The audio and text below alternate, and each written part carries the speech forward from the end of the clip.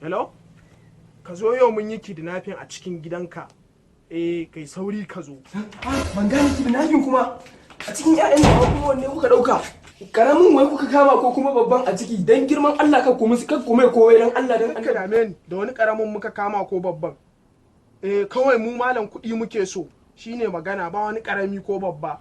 ko nawa kuke bukata ni zan baku.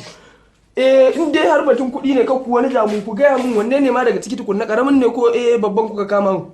Muna son ka kawo mana naira miliyan 10. Ita muke bukata. Naji babu komai. Ni yanzu miliyan 10 ko miliyan 10 ba damuwa insha Allah zan haɗo su daga nan zuwa yamma zan kawo muku kuɗin. Dan Allah ni yanzu dai ku taimaka ku haɗa ni da shi in ji muryar shi. Ku taimaka. Yanzu nan zan haɗa ka da shi. Zaka ji zan haɗa ka da yaron yanzu nan. Kai kira ina small kira mun small. Small dai akai ne. Bari yanzu na aika small zai zo sai ka ji kukan ma ko ma me. Uba gashi. To sai ya ji. To ka dai ji dai ko? Ya na ji kaman kukan kaza nake ji ne. To ai dole ka ji kukan kaza. Ko na mutum kake so ka ji?